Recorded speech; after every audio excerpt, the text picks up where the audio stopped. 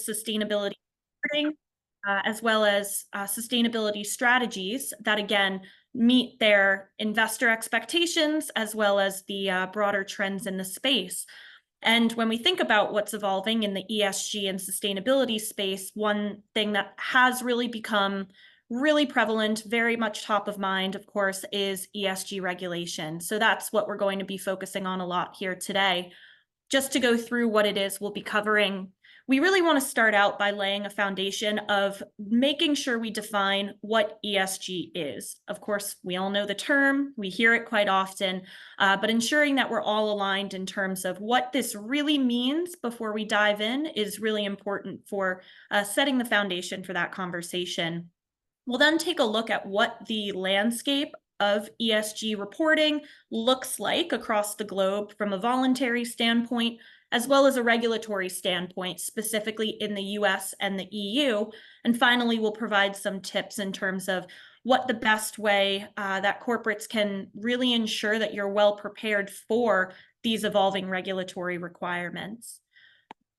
So as I said, we really want to begin by making sure we're all aligned in terms of what ESG is. We've got a number of terms here that are often used interchangeably, but really do have distinct meanings that are important to understand. Historically, we referred to this space as corporate social responsibility, which was really just the fact that corporates must be responsible stewards and ensure that they are upholding their responsibilities to stakeholders, legal responsibilities, ethical responsibilities. But we've really seen the space evolve past that with the introduction of ESG many, many years ago. But ESG really refers to the standards or the criteria that typically investors use in order to measure company performance around environmental or social risks and opportunities. So while we use it as an umbrella term, it is very specifically focused on ensuring that there are specific data points available for investors to measure and assess company performance on specific environmental and social related matters. Where we're seeing the space go is a bit more of this broader focus on sustainability or corporate sustainability, which is not just about risk and opportunity. It's not just about measuring those company metrics, but it really is about impact. How are companies and their operations impacting the world around them, stakeholders around them, employees, communities, and with that view, we're seeing a lot of evolution in the way that companies need to report on what they're doing. So again, we're setting the stage here to really understand what it is that investors and other stakeholders are focused on and why it's important. Taking it a step further, when we look at why investors are focused on ESG, we've heard previously that it's maybe, you know, a nice to have, or it's something that doesn't necessarily contribute or align with broader business strategy or financial or fiduciary duties or financial returns. But in reality, ESG, sustainability can play a really key role in value creation. By addressing various environmental and social related considerations, we see positive impacts for corporate issuers. That could be through the lens of financial productivity. So when we think about moving toward more sustainable energy sources, for example, LED lighting, we could see cost reductions in our energy bills. So, you know, tackling ESG in that capacity could translate directly into cost reductions. We're also seeing ESG and sustainability play a greater role in managing reputational risk and ensuring that you're aligning with the preferences of talent in the marketplace. More and more frequently, we're seeing employees want to align themselves with companies that match their values. And so by being responsible and ensuring that you're building a sustainability or ESG strategy, there's really that opportunity to attract and retain top talent. And then finally, by focusing on ESG and sustainability, there are also plenty of opportunities. There's the consideration of risk management, but more than that, as new markets are created, moving on environmental and social considerations can create a competitive advantage for companies. So this is something that investors have understood for some time and continue to really focus on as they integrate environmental and social considerations into their investment decision-making process, into their engagement strategies. And in order to appropriately manage or measure rather companies across their ESG performance, there's a need for data, for information about what companies are doing related to ESG. So that objective of wanting availability of consistent, comparable, reliable, accurate information related to environmental and social topics that can be used in decision-making processes, in engagement, in voting, is really where a lot of the progress in the sustainability or ESG space has been driven. So through that objective, we've seen a number of levers really emerge and grow that play a key role in this space.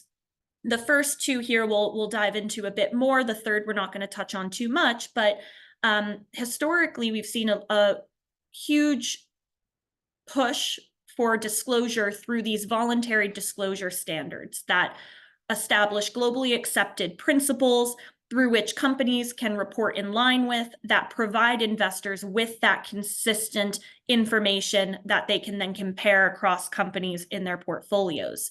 The shift we're seeing now, of course, is toward that more mandatory reporting framework through ESG-related regulation. And then the third piece that, as I said, we won't focus on too much is, of course, ESG ratings, which do still play a role in collecting company information and applying a methodology in order to score companies on their performance. And while investors do certainly still look to those a bit in terms of understanding company performance, in their maturity of tackling ESG and as they begin to integrate those into their decision-making processes more through their own proprietary analyses, there's really a turn toward raw data reported straight from the company. And that's where these voluntary disclosure standards and ESG regulation really play a key role. So just giving a quick view of what that voluntary disclosure landscape really looks like, you might have heard people say that the ESG space is an alphabet soup, and that's in large part due to the number of standard setters and organizations that have different but sometimes similar acronyms that can be, confusing to say the least. But again, their goal was always to establish either, broad or industry specific reporting standards through which companies could align with in order to provide their stakeholders with that consistent, publicly available information. What we've seen over the past year or two, with 2023 being a really pivotal year, is the consolidation of a lot of these organizations to better harmonize the reporting landscape and cut down on the confusion and the competing priorities that a lot of companies feel when they see all of these frameworks and think, what should I report in line with? What makes the most sense? So some of these might sound familiar: SASB, the Sustainability Accounting Standards Board, GRI, the Global Reporting Initiative, TCFD, the Task Force for Climate-Related Financial Disclosures. These are now coming together either through direct consolidation or through really close collaboration to establish either new sets of standards or more harmonized standards that companies can look to align with. So the leading organization that we see now is IFRS, which has established its new sustainability standards, which were officially launched in June of 2023. And those really aim to create one set of globally accepted standard reporting frameworks that companies can report in line with, and then investors can leverage for their processes. So IFRS, the ISSB, really is shifting the trajectory or the state of the industry. But even with this consolidation, with this collaboration, it's still voluntary, which means for investors who are trying to compare companies across their portfolio, there are gaps in the availability of information for some companies. And that's really why we're seeing the shift toward mandatory reporting through global ESG regulation, because once again, investors are not seeing these environmental and social considerations as a nice to have, but rather integral to the long-term financial performance of a company. So the demand for that information is very strong. We'll come back to ISSB in a little bit, but when we shift to look at that global ESG regulation, we really see a few key themes that have emerged. And unsurprisingly to most on this call, I'm sure, one of those major themes is climate. When investors really look at areas of risk and opportunity that are most significant to corporates over the long term, climate is an area of top concern. So focusing on climate change related risks, opportunities, impacts, greenhouse gas emissions, plans to transition to a lower carbon economy, emission reduction targets. These are what we're seeing across many jurisdictions with ESG related regulation. We're also seeing a lot of consistency in what's important for this topic and others like human rights, which is really the concepts around materiality, board oversight, assurance, and due diligence. So regardless of the content of the regulation, which does tend to be climate, we're seeing that the need for strong governance structures or informed approaches for identifying and managing risks and opportunities is a very common focus across these regulations. So we can see here that there are a wide range of those regulations across various jurisdictions. Some are established by government bodies or government regulators. Others are established by various exchanges across regions. One of the really common themes that we're seeing here, though, and you might notice it in some of the terminology that's used, such as the Canadian Sustainability Standards Board, is that the IFRS sustainability standards, which we just talked about, really serve as the foundation for many of these global regulations.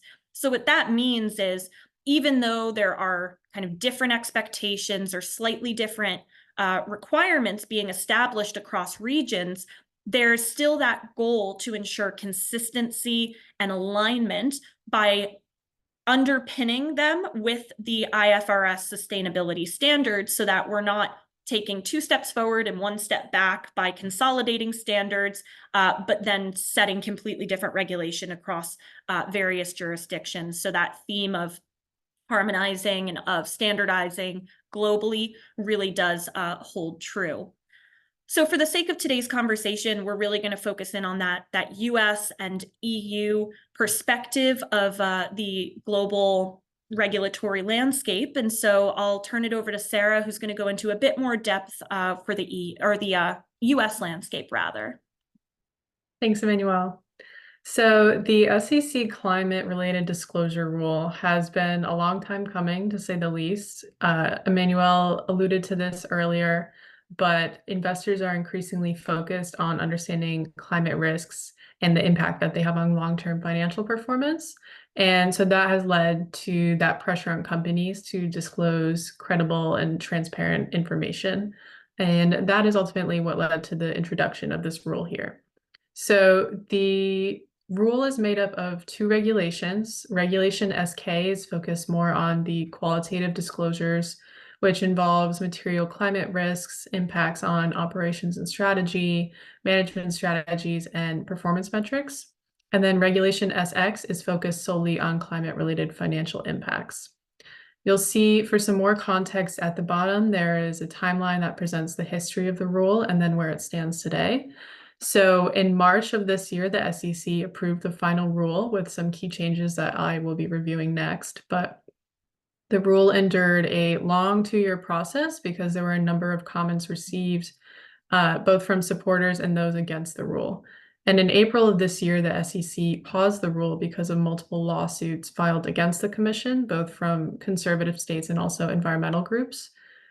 People opposing the rule claim that it overreaches the SEC's authority, while others, like environmental groups, believe that the rule doesn't go far enough.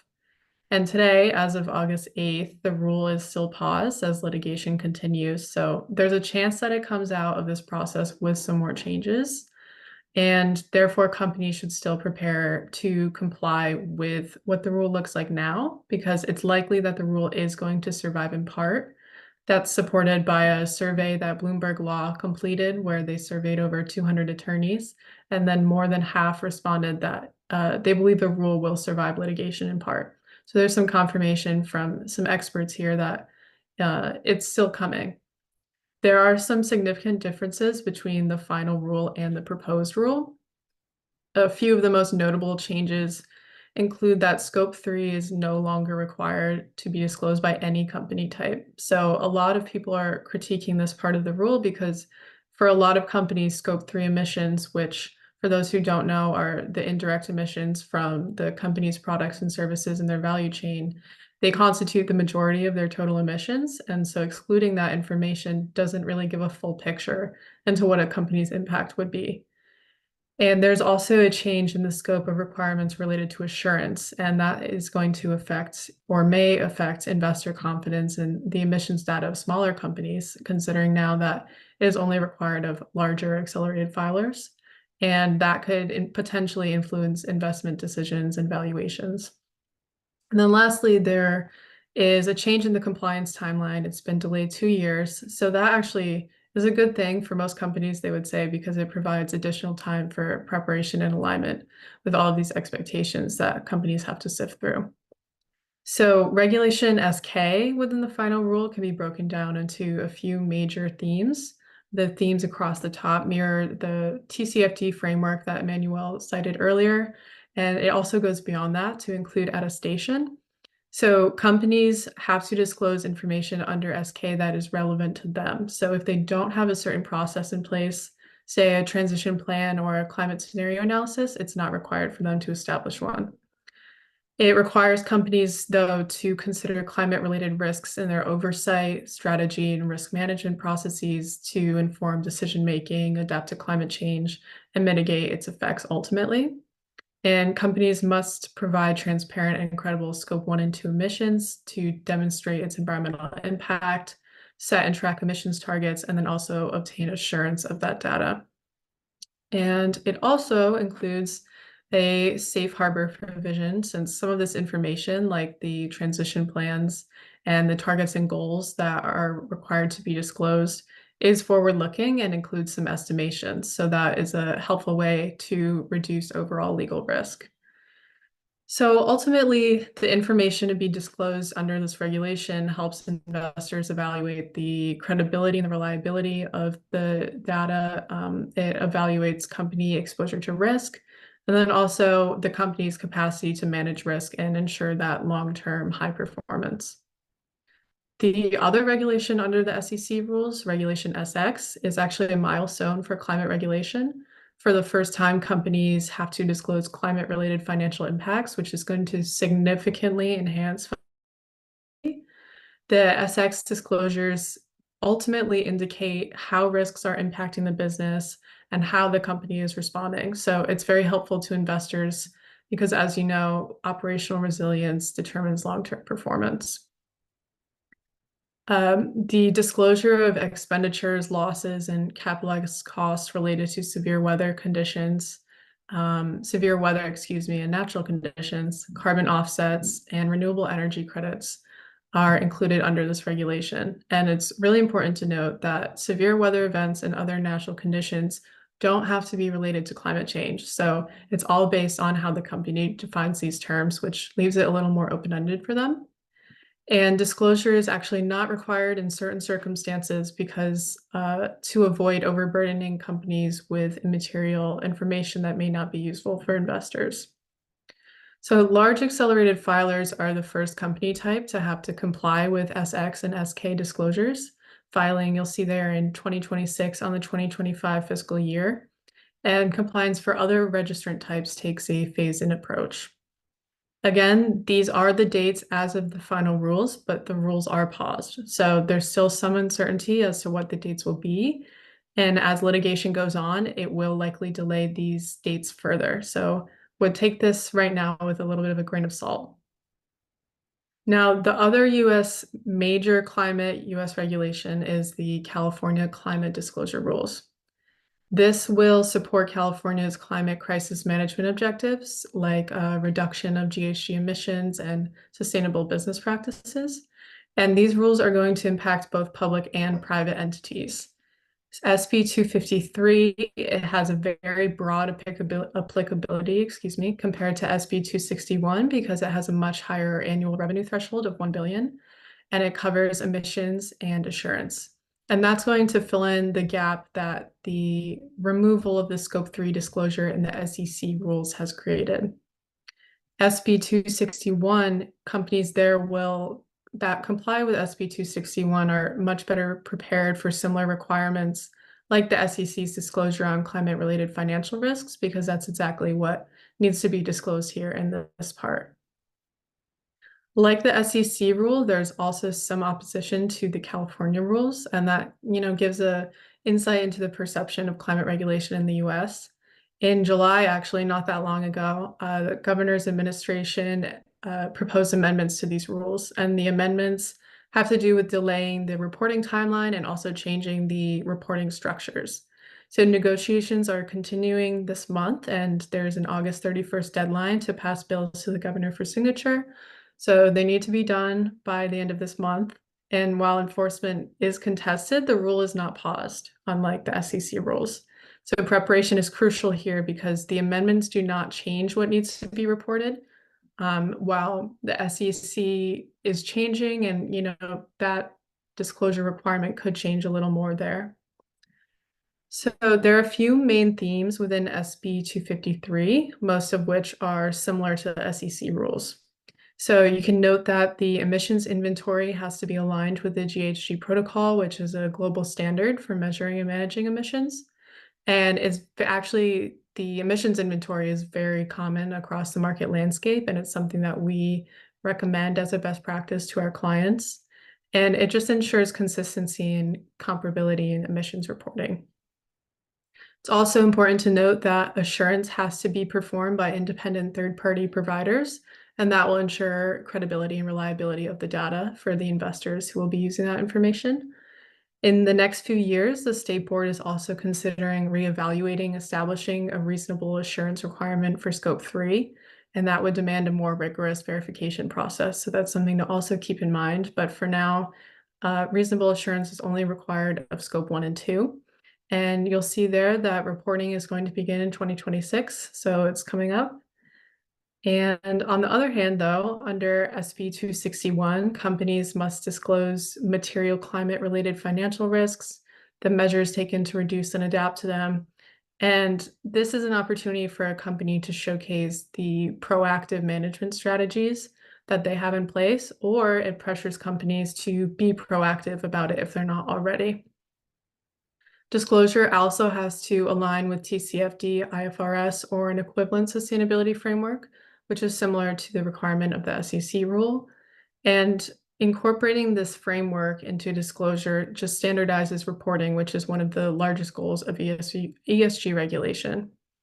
Disclosure must be posted on the company website every 2 years, starting in 2026.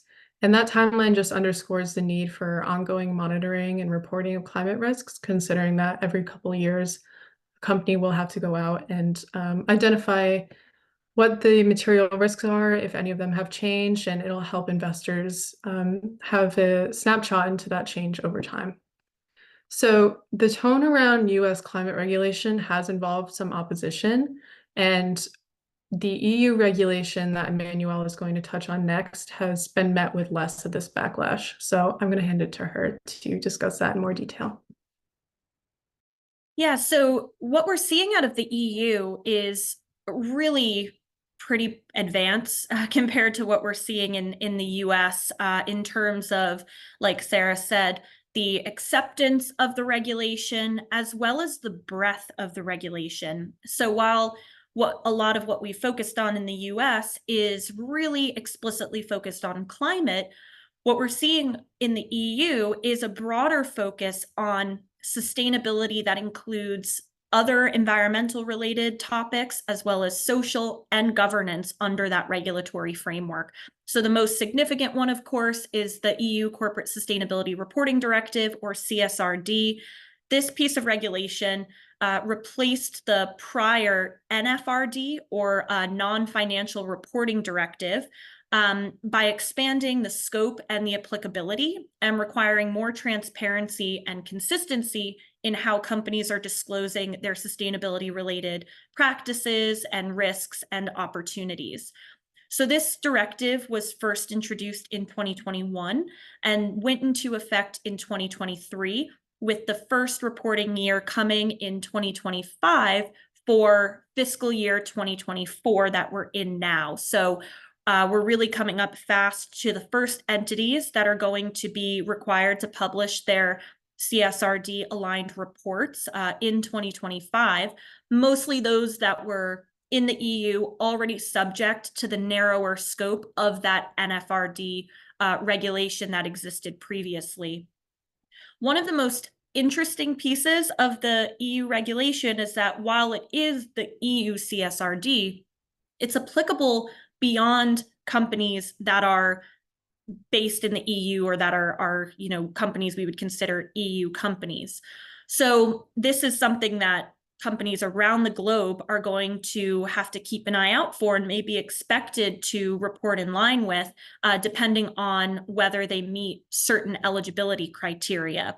So we can see on the left there that for EU subsidiaries of non-EU parent companies, if you have revenues of over 150 million euros over the past 2 years and an EU branch with at least 40 million net turnover, or you meet some of the criteria of what's called a large EU-based undertaking, which could be over 250 employees, or annual revenues exceeding 20 million euros, you could be subject to these regulations. So again, the point there is that it really has expanded the scope of who is going to be expected to disclose in line with these requirements pretty vastly compared to the previous NFRD, and has really risen the bar on the level of sustainability related disclosure that needs to occur.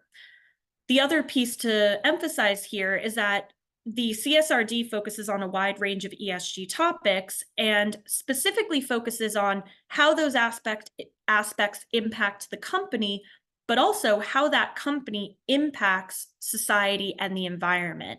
So that concept is what we now hear and refer to as double materiality. That idea that there's financial materiality, which is what external factors impact me as a company, as well as this new perspective of impact materiality, of where do my operations, my products, and my services as a company impact society and the planet around me. So as part of this CSRD regulation, there's now an expectation that companies complete what we call a double materiality assessment to determine what are my areas of risk, opportunity, and impact through these dual materiality lenses. And by understanding those, it also will inform what companies need to report on and report in line with. So what we see on the latter half of this slide here is what we call the ESRS, or the European Sustainability Reporting Standards. Those are a set of standards that were developed under the CSRD to guide companies on how to report on specific environmental, social, and governance factors. So we see that there are some general requirements, and then there are a number of environmental, social, and governance related standards, some of which are mandatory and all companies must report on them, like climate change or the workforce, and others like pollution or affected communities or business conduct that companies can determine if they need to report on those standards or not based on the outcomes of the double materiality assessment. So again, the expectations are really rising. The process or the methodology through which companies need to develop their reporting, the bar has really risen, and the process has become more rigorous in the EU market. So this is focused on broader sustainability, but we are also seeing very specific climate-related regulation in the EU with the CBAM regulations, or the EU Carbon Border Adjustment Mechanism. Everything we've covered to date, or up until this point rather, has been focused on reporting, on disclosure. The unique piece about the CBAM regulation here is that it's more focused on actual activities or impact. So CBAM was introduced to really account for the carbon emissions of products that are imported into the EU, and to ensure that companies who might be moving their operations elsewhere to avoid some of these regulations or requirements are still considerate or considering their climate-related impacts and their carbon footprint, because they will need to account for their emissions through whatever is imported to the EU. So this went into effect in October, and we're seeing the transitional period right now where companies are required to publish quarterly reports on their GHG emissions across the 6 core sectors, or materials rather, that you see over to the right-hand side there. But as we look ahead to 2026, the scope of products will increase, and the requirements will increase as well, where companies will also be required to report on financial adjustments as part of this process. So once again, we're really seeing that companies are increasingly being asked and required to understand their carbon footprint, measure and manage that, and that it's being increasingly tied to financial impacts that can affect companies in the short term and the long term. So Sarah will touch on one more of the EU regulations that we're seeing, and then talk about how companies can really start to navigate all of this to ensure that they're well prepared moving forward. Thank you. So the Corporate Sustainability Due Diligence Directive, it's often referred to as CSDDD, is focused on human rights and environmental issues across the value chain, so impacting corporate governance, risk management, and stakeholder management. It's very important to note that if a company does not directly fall within the scope of CSDDD, they will likely still have to report to companies that are part of their value chain that are directly obligated. So it's important to look through a company's value chain, evaluate, if any of their business partners could be subject to this regulation, and then prepare accordingly. It's also different from the SEC rule in the sense that it requires companies to establish specific processes if they don't have them already. That could be stakeholder reporting procedures or board oversight, for example. So what this regulation is really asking is for companies to identify, prevent, mitigate, and account for human rights and environmental risks throughout the value chain, and then incorporate those into all relevant company policies. And it also involves implementing procedures for stakeholder reporting and integrating sustainability considerations into the board decision-making process. And this all is going to improve long-term planning and governance. And this regulation, by the sounds of it, it sounds a little inconvenient since it may require some new processes to be established, but those that they're requiring are best practice, and they are going to help companies in the long run because they're effective risk management practices. So as it stands today, the directive is on track for implementation. The first round of compliance is in 2027. And starting to prepare now is very necessary as it requires certain mechanisms to be established on a broader scale. The CSDDD has undergone a very lengthy legislative process as it was initially proposed in 2022 and then faced some challenges earlier this year before its final approval.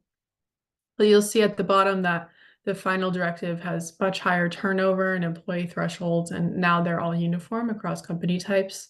And another major change is in the scope of the directive. So it reduces the scope of companies by 70%. So it's narrowing the regulatory burden and, reflecting a shift in EU policy priorities. It is demonstrating that while the EU is more advanced and progressive in its sustainability regulation as compared to the US, there are still naysayers, and that's important to keep in mind. So, with all of this in mind, what can companies do to prepare? We've reiterated over and over again throughout the presentation that it's important for companies to start preparing now, even if litigation is pending, so as to not fall behind.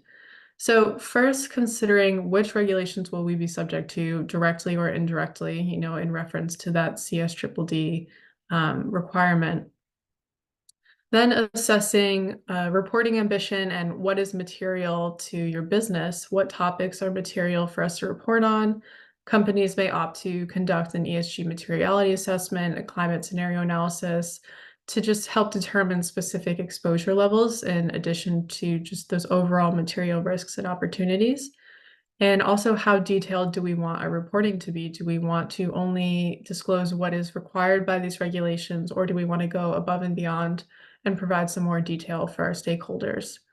Conducting an emissions and conducting an emissions inventory and then creating an inventory management plan is also very important. An emissions inventory, as I mentioned, is a best practice and very popular, very common in the landscape today. And an inventory management plan is an SOP for emissions calculations. So it identifies the information needed, the stakeholders that were involved, and then the process for maintaining the data down the line. And that prepares companies for auditing and verification of their information. So it's very important. You can then create and also be sure to educate a cross-functional team to align on reporting. So these teams could come from investor relations, marketing, finance, risk, procurement, operations. It's really just all hands on deck. And then training them as necessary to prepare for collection and reporting. So updating them on the requirements and data gathering processes. And then in conjunction, developing a timeline and a roadmap to breach compliance. So what are the next steps? Who from these teams are going to own these steps? How much time is needed to complete them? And lastly, establishing monitoring processes to continuously evaluate gaps in progress. So it's going to make it easier for companies to keep up with their reporting if they have these processes in place and are able to anticipate and prepare early enough for their reporting obligations. So that's an overview of key global regulations and how to prepare for compliance. I'm going to pass the mic back to Christy to open it up for some Q&A.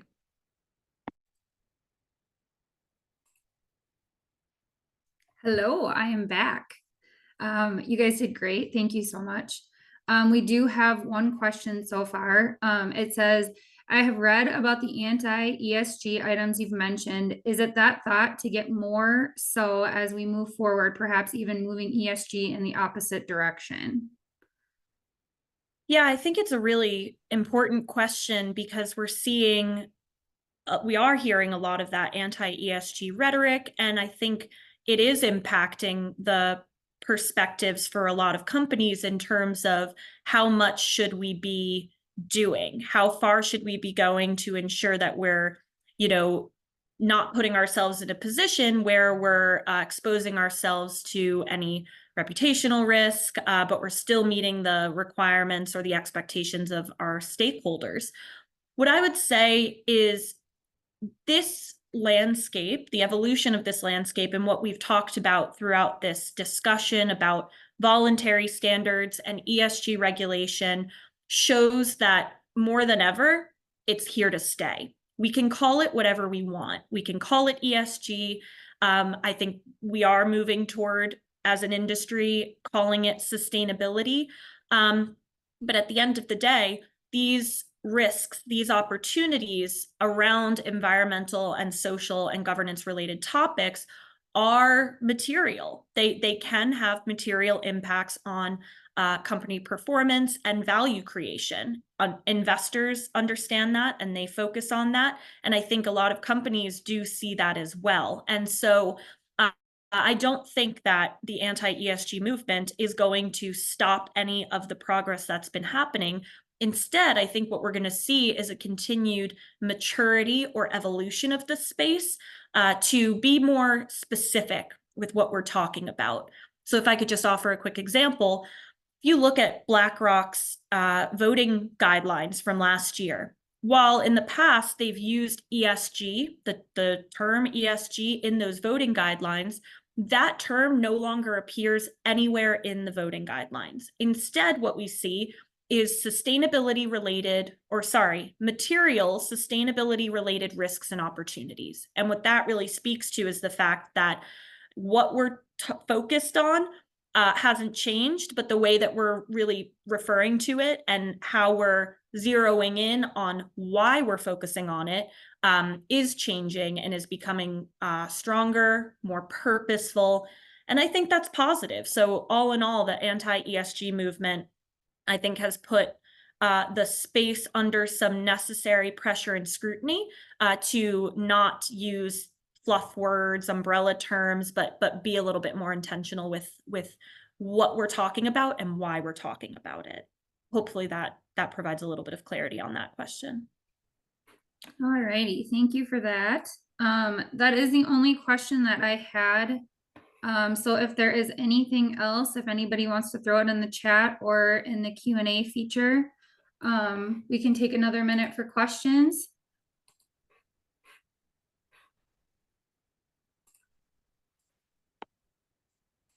Anything else? You can also email me after the presentation's over and I can get you in touch with Emmanuel or Sarah if you think of anything else that you wanted to ask. But thank you for joining us today. We appreciate you guys all being here, Emmanuel and Sarah, that we loved having you. Thank you so much. We do also have an upcoming webinar at the end of August. We're going to have an open forum. So registration is live for that as well right now. So if you want to head over to the website and get registered for that, we'd love to have you there. Thanks again for joining us, and everybody have a wonderful rest of your day. Thanks so much for having us. Thank you. Take care. Bye.